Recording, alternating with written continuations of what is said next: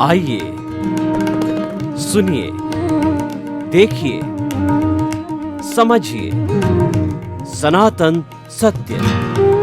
जैसी दृष्टि वैसी सृष्टि, दृष्टि विज्ञान। कुदरत, कुदरती रचना एवं कुदरत के कानून से शाश्वत सुख की प्राप्ति।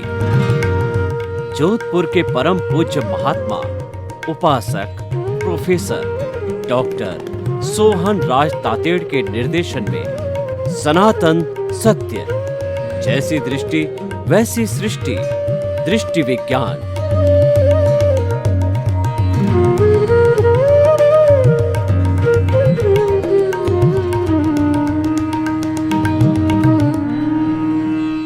भाई और बहनों, मातृशक्ति को नमन। आज का बहुत सुंदर विषय, अज्ञान से ज्ञान की ओर। हम जन्म जन्मांतर से अज्ञान का जीवन जी रहे हैं। इसी अज्ञान के कारण ये हमारा जो मुक्ति वाला शुद्ध आत्मा भगवान है, वह बॉन्डेड हो गया, वो बद्ध हो गया, क्योंकि अज्ञान मिल गया। किसी चीज के अंदर मिश्रण हो जाता तो वो चीज अशुद्ध हो जाती है। दूध में पानी का मिश्रण होना, दवाई के अंदर पानी का मिश्रण होना या दूसरी चीज का मिश्रण होना, मसालों के अंदर उसी रंग की कोई चीज का मिश्रण हो जाने से वह अशुद्ध हो जाती है। तो विपरीत जाति की चीज जब मिल जाती है तो वह अशुद्ध हो जाती है। तो इसी तरीके से हमारी आत्मा अज्ञान के साथ मिलने से अशुद्ध हो गई, बॉन्डेड हो गई। इसी कारण भवांतर के अंदर घूमती रहती है। तो हमारे अब जीवन का लक्ष्य बनना चाहिए कि हमको अज्ञान से ज्ञान की ओर जाना है। देखिए, अज्ञान, ज्ञान और विज्ञान ये त्रिवेणी संगम है। हमारी भारतीय संस्कृति में त्रिवेणी संगम का बहुत बड़ा महत्व है और बहुत से त्रिवेणी संगम हैं, जैसे सत्यम शिवम सुंदरम, सम्यक दर्शन, सम्यक ज्ञान, सम्यक चारित्र, ब्रह्मा विष्णु महेश, लक्ष्मी सरस्वती दुर्गा।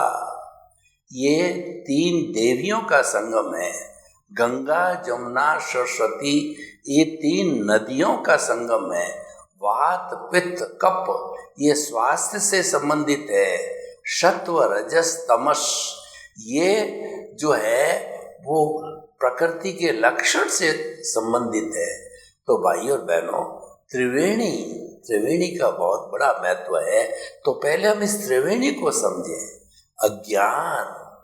अज्ञान का अर्थ होता है कि हमारे स्वरूप की जानकारी न होना। मैं कौन हूँ, मैं कहाँ से आया हूँ, मुझे कहाँ जाना, इसकी हमें बिल्कुल जानकारी न होना, ये सबसे बड़ा अज्ञान है। और ज्ञान है वह, अज्ञान को ज्ञान से समाप्त किया जा सकता है। और अपने स्वरूप की जानकारी करना कि मैं मन वचन काया से मुक्त ऐसा शुद्ध आत्मा हूँ, ये ज्ञान हो गया।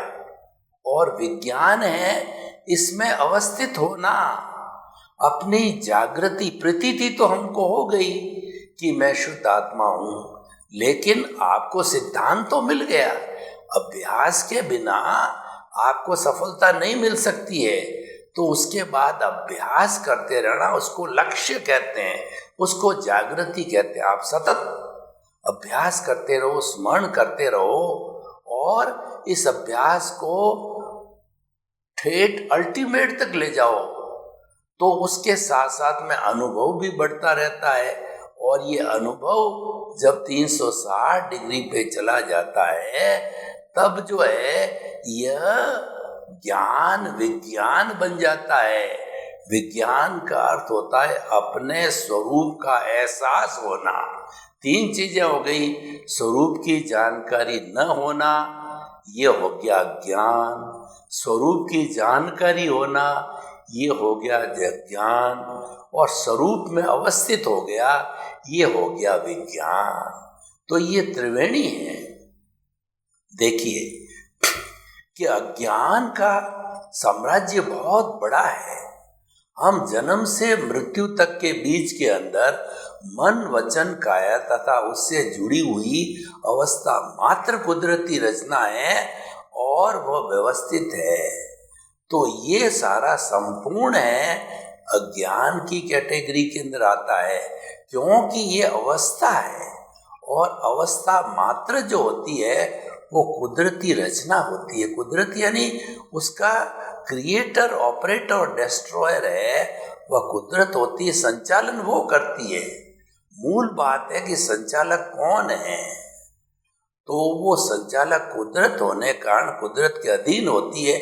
आपकी स्वतंत्रता नहीं होती, आपकी बाध्यता होती है, आप उसमें कोई फेरबदल नहीं कर सकते।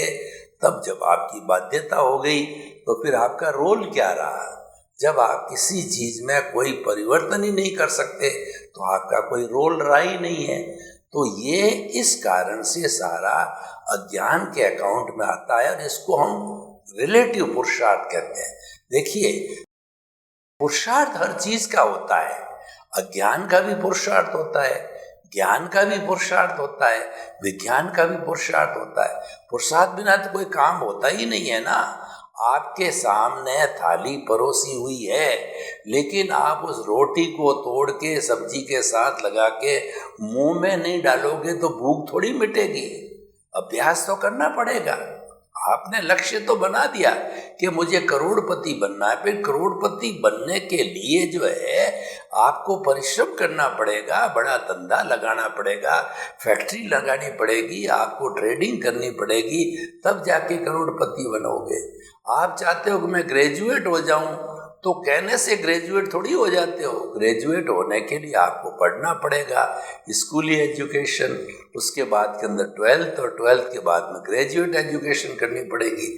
जब आप ग्रेजुएट बनोगे, आप चाहते हो कि मैं अच्छा वक्ता बन जाऊं, तो वक्ता बनने के लिए आपको प्रैक्टिस करनी पड़ेगी। Practice makes a man perfect.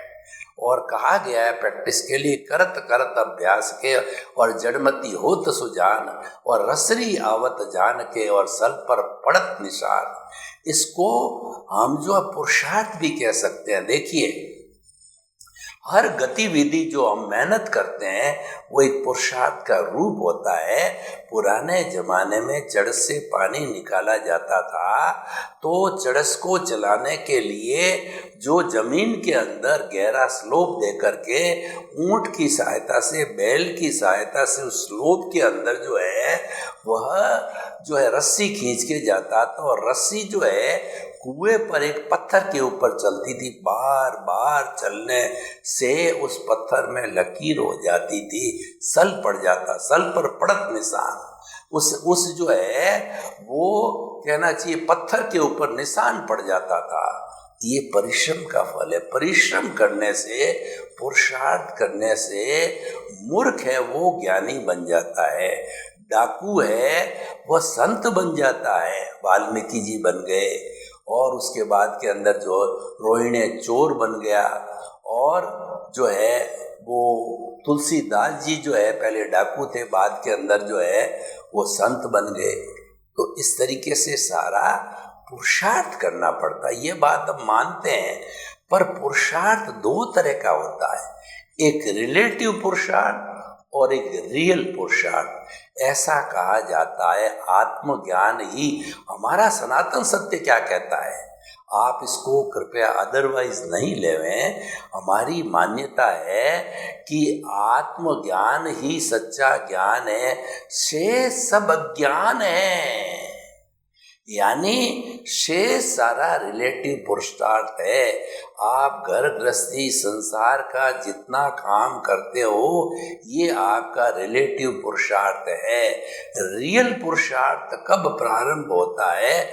जब आप आत्मा के अकाउंट में आ जाते हो, जब आत्मा के पाले में आ जाते हो। देखिए, आप नौकरी करते हो, जिस समय आपने ड्यूटी ज्वाइन की उस समय से आपकी पगार चालू हो जाती है। आप आपको ऑर्डर तो मिल गया नौकरी करने का, लेकिन आप ड्यूटी ज्वाइन करके काम करना चालू नहीं करते हो तो जो है आपको पगार नहीं मिलती है। आप किसी पार्टी के अंदर हो और आप जो है दल बदल करना चाहते हो और आप खाली सोच रहे हो, आपके दल बदल हो गया, आपने घोषणा की, लेकिन नए दल के अंदर जाके आप फॉर्म भर करके और जो प्रक्रिया है रजिस्ट्रेशन की वो कराते हो, तब एक पार्टी से दूसरी पार्टी में जा सकते हो। बिना प्रक्रिया पूरी करके कैसे संभव है? जो मैरिजेज होती है, जो आज की सिस्टम से कोर्ट मैरिज है या हमारी वैदिक परंपरा में समाज के बीच में जो मैरिज होती है, तो समाज के लोगों की विटनेस में वो छाप लग के वो पति पत्नी बनते हैं, या कोर्ट में जाके कोर्ट की सील लगती है जब वो विवाह होता है, जब वो पति पत्नी बनते हैं।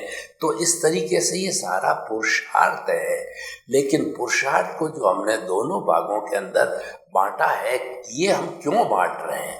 क्योंकि हमको चर्चा करनी है, ज्ञान और अज्ञान की चर्चा करनी है, और उस ज्ञान से विज्ञान तक पहुंचना है। हमको स्टार्ट से एंड तक पहुंचना है, हमको थ्योरी से एक्शन तक पहुंचना है, हमको जो है प्रारंभ से अंत तक पहुंचना है, यानी हमारे लक्ष्य की प्राप्ति करनी है। देखिए, ये मानव जीवन है कितना कठिन है। आपको बताएं कि हमारी वैदिक परंपरा कहती है कि 8 भाव तक रेगुलर जो है आप सुकृत करते रहो। जब 9वां भाव जो है मानव का मिलता है, उसके अंदर कोई चूक हो गई तो 99 भाव के बाद मानव जीवन मिलेगा, और उसमें भी कोई चूक हो गई तो 999 भाव के बाद मानव जीवन मिलेगा। तो अब आप बताओ कितनी रेयर चीज है, कितनी मुश्किल है, क्या हासिल हो सकती है? ये साधारण है क्या? नहीं है। इसके लिए आपको परिश्रम करना पड़ेगा। तो वो जो जिन खोजा तिन पाइयां और गहरे पानी बैठ, मैं बपूरी ढूंढन चली रही किनारे बैठ। किनारे में बैठा बैठा देखता हूँ समुद्र किनारे, मुझे मोती मिल जाए नहीं मिलेंगे, मुझे गोते खाने पड़ेंगे, भीतर शीप को ढूंढना पड़ेगा। शीप के मौन में स्वाति नक्षत्र के अंदर जो पानी की बूंद पड़ती है उससे मोती बनता है, तो उसके तक पहुंचना पड़ेगा, कई पापड़ बेलने पड़ेंगे, तब जाकर के वो मोती मिलता है। तो सफलता पापड़ बेलने से, परिश्रम करने से, उद्यम करने से, पुरुषार्थ करने से मिलती है। तो भाई और बहनों, अज्ञान की बात करें तो रिलेटिव पुरुषार्थ क्या है, अज्ञान क्या है, इसका पूरा मैं आपको चिट्ठा बताता हूँ कि हम जन्म से मृत्यु तक का पूरा चित्र खींच के आपको बताता हूँ। हमने जन्म लिया तो जन्म लेते ही हमको माता पिता मिल गए, उसके बाद के अंदर जो हमारे धर्म गुरु आए, तो हमारे माता पिता जो कुल धर्म पालन करते हैं वो हमको धर्म मिल गया।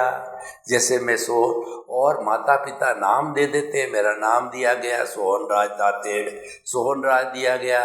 फिर जो है धर्म वाले जो गुरुजी आए, कहा तुम जैन हो, जैन हो गया। फिर जाति वाले आए तो उन्होंने कहा तुम्हारी गो तातेड़ है, मैं तातेड़ हो गया। इस तरीके से स्नेह स्नेह समाज के परिचय, समाज की छाप से जो है मेरे ये उपाधियां लगती रही, हर एक के लगती है। तो हमारे कहने का अर्थ क्या है कि हम जन्म लेते ही जो है वो हम प्रवृत्ति चालू कर देते हैं, और जन्म लेते ही जो है हमारा सनातन सत्य ये कहता है आप जन्म लेते ही कुदरत के अधीन आ जाते हो, और आप पर कुदरती रचना और कुदरत का कानून लागू होता है, आपकी कोई स्वतंत्रता नहीं होती है। उदाहरण के तौर पर आप देखिए, आपने बॉन्ड भर दिया किसी भी कंपनी के अंदर जो है 5 साल का, तो क्या आप 5 साल पहले छोड़ सकते हो? नहीं छोड़ सकते। तो हमारा शरीर भी ये बॉन्ड भर के लाता है, आयुष्य कर्म के अधीन लाता है, और हमारे जन्म से हमारे द्रव्य कर्म जैसे होते हैं वो प्रारब्ध और उदय के अनुसार हर क्षण जो है वह प्रारब्ध और उदय खुलता रहता है, यानी परिणाम, वो रिजल्ट हमको मिल लेता है। तो हम जन्म से हम क्या कहना चाहते हैं कि जन्म से मृत्यु तक के बीच का मन वचन काया की कोई भी प्रवृत्ति है, ये सारा रिलेटिव पुरुषार्थ है। आप उसको कहते हो मैं पुरुषार्थ कर रहा हूँ, आप तो कहते हो मैं भाग रहा हूँ, मैंने बच्चे को जन्म दिया, मैंने बच्चे को बड़ा किया, मैंने बच्चे को पढ़ाया और मैंने बच्चे की शादी की, मैंने बच्चे को पांव पर खड़ा किया। लेकिन ये सारी चीज जो है वह रिलेटिव है और वह अज्ञान की श्रेणी में आता है। आप पुरुषार्थ मानते हो, मना नहीं करते हैं कि पुरुषार्थ नहीं है। हम कब कहते हैं पुरुषार्थ नहीं है? हम कहते हैं वो रिलेटिव पुरुषार्थ है और ये आपका रिजल्ट है। हमारा जो मुख्य सनातन सत्य का नियम ये है कि जन्म से मृत्यु तक का सारा रिजल्ट है, ये सारा भुगतान है और इस भुगतान के मन वचन काया की बैटरी है। आपने पिछले जन्म के अंदर चार्ज की थी, पिछले जन्म में आपने फिल्म बनाई थी, पिछले जन्म में आपने 3 घंटे का रूपक के रूप में पेपर दिया था, करेक्शन एडिशन अल्ट्रेशन करना था, वो पिछले जन्म में कर दिया और जो ही 3 घंटे का पेपर समाप्त हुआ, यानी आपका आयुष्य कर्म समाप्त हुआ, तो आपने आंसर शीट कुदरत को दे दी और कुदरत में आपको संजोग जुटा करके दूसरा जन्म दिया, दूसरे माँ बाप बने। वो माँ बाप छूट गए। पुराना समय में मान लीजिए मैं यशवंत राज नाम का व्यक्ति था, मैंने जैसे जैसे कॉजेस डाले उस कॉजेस के अनुसार कॉजल बॉडी बनी, लिंग शरीर बना, भाव कर्म बने और जब मेरा आयुष्य समाप्त हुआ तो यशवंत राज तो मिट्टी थी, जला दिया गया और जो यशवंत राज ने जो भाव कर्म किए थे, जैसा जैसा पेपर दिया था, उसका रिजल्ट है वो द्रव्य कर्म के रूप में सोहन राज जीवन भर तक भुगतता रहेगा। जो फिल्म यशवंत राज ने बनाई थी कि जो है कट शॉट जो फिल्म बनती है उसमें कट बोला जाता है, ओके कट ओके, यूं करते करते जीवन भर की जो फिल्म बनाई थी, जैसे जैसे राग द्वेष के भाव डाले थे, वो फिल्म जो है अब उदय और प्रारब्ध के अंदर थिएटर में जैसे फिल्म चलती है तो ये जीवन की फिल्म चलती रहती है। कोई बेटे के रूप में आपकी सेवा करने आएगा, जिसको आपने पिछले जन्म में भाई के रूप में सेवा दी थी, आज बेटा बन के सेवा कर रहा है। और पिछले जन्म में आपने बेटे को प्रताड़ना दी थी या बेटे को जो है आपने कोई भी नुकसान पहुंचाया था, बेटे से सेवा ली थी, तो अब वो जो है आपका भाई बन करके आपसे सेवा ले रहा है। आपने किसी का तिरस्कार किया तो वो निमित्त है, वो ला करके जो कुदरत है वो सामने खड़ा कर देती है। कुदरत जो है बिल्कुल न्याय करती है, जिसको हम कहते हैं हुआ सो न्याय। कुदरत का इतना परफेक्ट न्याय है कि आजकल जो सुप्रीम कोर्ट तक न्यायालयों में जो न्याय मिलता है इतना परफेक्ट नहीं है, क्योंकि जो न्यायालयों में जो न्याय मिलता है वो मैन मेड है और मैन मेड के द्वारा गलती हो सकती है, कुदरत से गलती नहीं हो सकती। कुदरत तो सबकी है, कुदरत तो सुप्रीम है, कुदरत के ऊपर कोई नहीं है, कुदरत को तो सबका पालन पोषण करने वाली है। इसके रूल्स जो है परफेक्ट है और कुदरत का अर्थ हो गया कर्म सिद्धांत भी उसी के अंदर आ जाता है। कर्म सिद्धांत में कोई गलती नहीं हो सकती। देखिए कंप्यूटर के अंदर कोई भी सॉफ्टवेयर डाल दिया जाता है तो हम तो कैलकुलेशन के अंदर हाथ से करते हैं, गलती हो जाती है, पर कंप्यूटर के अंदर जो उसकी कैलकुलेशन या सॉफ्टवेयर में जैसा फीड किया जाता है वो एज इट इज चलता रहेगा, वो परिवर्तन भी नहीं कर सकता है। और उसमें जो सही डाला गया है तो सही वो गणना करता रहेगा। तो भाई और बहनों, क्या भी चिंतन कर लो, 4 बातें बहुत कठिन है, हृदयंगम कर लो, मानव जीवन का मिलना, जो मैंने बताया कि 99 भव 9 भव और 999 भव, कितना कठिन है। मानव जीवन दुर्लभ है। दूसरा, मानव जीवन तो मिल गया भाग्य से, लेकिन जो है उसके बाद ईश्वर की वाणी, ईश्वर की वाणी का मतलब मुक्ति को जाना, अपने स्वरूप की जानकारी करना। ईश्वर मतलब स्वरूप, खुद ईश्वर बनना। तो ईश्वर की वाणी सुनने का अवसर मिलना, मैं मुक्त कैसे हूँ, इसकी सत्संग, इसकी विधि का प्राप्त होना, और उसके बाद ईश्वर की वाणी में विश्वास होना। हम देखिए, एक तो सत्संग का होना मान लिया, कोई भी जो है सज्जन व्यक्ति, सन्यासी, साधक अच्छी बात बता रहा है तो हम उसको सुन रहे हैं, लेकिन उसमें विश्वास नहीं हो तो फल नहीं मिलता, क्योंकि फल देती है वो श्रद्धा, फलवान होती है। जो मंदिर में पत्थर की मूर्ति होती है, प्राण प्रतिष्ठा की हुई होती है, चमत्कारी होती है, सारी बात है, लेकिन अगर आपकी उसमें भगवान रूप में श्रद्धा ना हो तो फल कैसे मिलेगा? क्योंकि जो श्रद्धा है वो आपके भीतर विराजमान शुद्ध आत्मा भगवान तक जाता है, और उसी श्रद्धा से कर्म शरीर कटता है और वही हमको मुक्ति में ले जाता है। और मैं तो कहूँ ये भगवान है ही नहीं, ये तो पत्थर है, तो बात ही खत्म हो गई। तो श्रद्धा का होना, और जो है श्रद्धा में विश्वास होना, और श्रद्धा को जीवन में उतारना। जितनी भी अच्छाइयाँ हैं, जितने भी सुकृत है, जितनी जितनी अच्छी बातें हमको सत्संग से मिल रही है, हमको स्वाध्याय से मिल रही है, उसको जीवन में उतारना। जीवन में उतारे बिना तो कोई फायदा हो नहीं सकता। उदाहरण के तौर पे दीजिए कि मेरे हाथ में पेन किलर जो है रखी हुई है, पैरासीटामोल है, और मेरे घुटने में दर्द है, तो उस टैबलेट को जब तक मैं लेकर के पानी के साथ में उतार करके मुंह के अंदर नहीं डालूंगा, ब्लड में मिल करके, और वो घुटने तक नहीं पहुंचेगी जब तक, तो दर्द कम नहीं होना है। तो उसको वहां तक जाना पड़ेगा, यानी जीवन के अंदर उतारना पड़ेगा। तो ये सारा जो है उपक्रम है, ये हमारा रिलेटिव पुरुषार्थ है, पीछे से लेके आए हैं, इसमें हमारी स्वतंत्रता नहीं है, ये हमारा व्यवहार जगत है, और ये हमारा क्रिएशन है, ये पिछले जन्म से हमारी लाइबिलिटी है, पिछले जन्म ने ध्वनि की, उसकी प्रतिध्वनि है। तो आपने कोई लाइबिलिटी की है तो आपको उतारनी तो पड़ेगी ना। आपने अगर बैंक से 10,000 रुपये लोन ले लिया तो आपके नाम डेबिट हो गया। अब आपने कभी 500, कभी 1000, कभी 2000 यूँ डालते गए तो क्रेडिट होते गए। क्रेडिट होते होते जब ज़ीरो हो गया ब्याज समेत, तब आप साहूकार बन गए। बैंक का कोई लेना देना नहीं, बैंक आपको कह नहीं सकती, बैंक आपके द्वार आ नहीं सकती, आप अपने मालिक बन गए हो। तो इस तरीके से हम ये बताना चाहते हैं कि ये जो है सारा लाइबिलिटी है। जब लाइबिलिटी है और करना ही है, आप अपने बेटे को पालते हो तो क्या एहसान करते हो? आपने बेटे को क्यों जन्म दिया?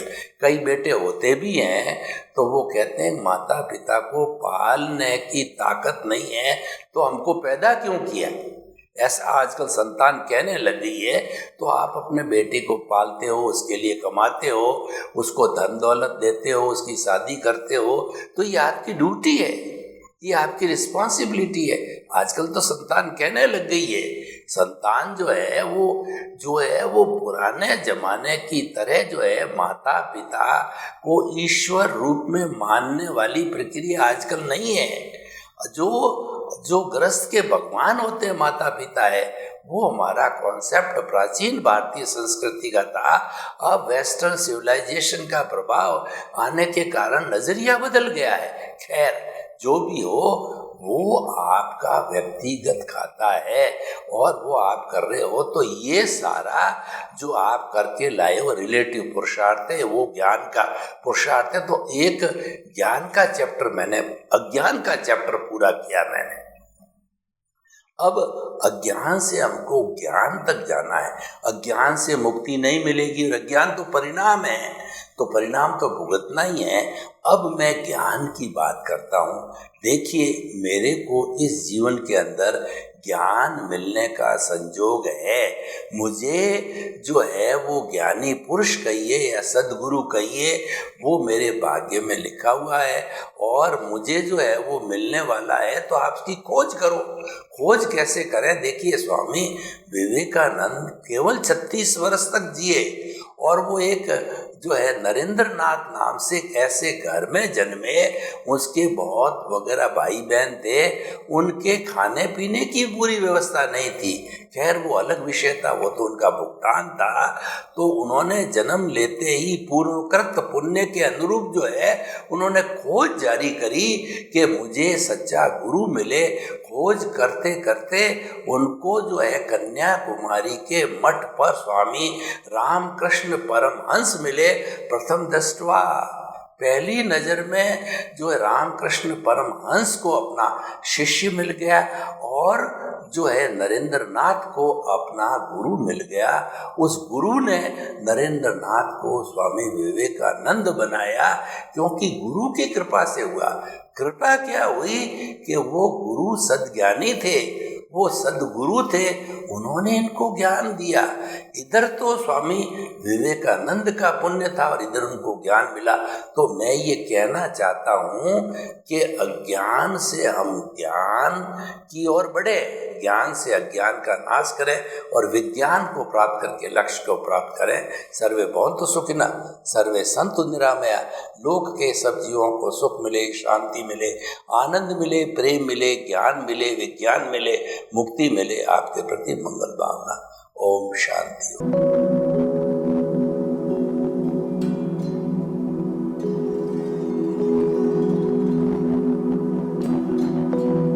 एक ऐसा अंतर्राष्ट्रीय ख्याति प्राप्त मानव जो गुरु प्रेरणा से पिछले 20 वर्षों से वानप्रस्थ जीवन जीते हुए 24 घंटे मानवता की सेवा में संलग्न है। एक ऐसा मानव जो अभी राष्ट्रीय, अंतर्राष्ट्रीय टीवी चैनलों पर 7,500 एपिसोड के माध्यम से सनातन सत्य, आत्मविज्ञान एवं पुनरुत्थान, व्यवहार एवं निश्चय जगत के जीवनोपयोगी विषयों पर हृदय स्पर्शी प्रवचन कर चुका है। उस मानव का नाम है महात्मा उपासक प्रोफेसर डॉक्टर सोहन राज तातेड़। प्रोफेसर तातेड़ द्वारा योग, दर्शन, शिक्षा विषयों पर रचित पीएचडी स्तर के 250 शोध ग्रंथ भारत के 100 प्रतिष्ठित विश्वविद्यालयों में शोधार्थी पढ़ रहे हैं तथा वे सभी शोध ग्रंथ वहां की सेंट्रल लाइब्रेरियों में उपलब्ध हैं। महात्मा सोहन राज ने अभी तक हजारों स्कूलों, कॉलेजों, विश्वविद्यालयों एवं संस्थाओं में सेमिनार, वर्कशॉप, कैंप लगाकर लाखों विद्यार्थियों को योग, दर्शन, शिक्षा का प्रशिक्षण देकर उन्हें सुसंस्कारित किया। डॉक्टर तातेड़ ने भारतीय संस्कृति उत्थान के 4000 से अधिक समसामयिक विषयों पर आर्टिकल लिखकर ऑनलाइन जर्नल, पत्रिकाओं, वेबसाइट्स पर प्रकाशित किया, जिसका उपयोग लाखों पाठक कर रहे हैं। उपासक तातेड़ के 5000 से अधिक आज का सुविचार, आज का शुभ संदेश, आज का मंगल भावना योग आदि चिंतन websites, Twitter, blogger, Facebook, YouTube माध्यमों से लाखों लोग अपना जीवन निर्माण कर रहे हैं।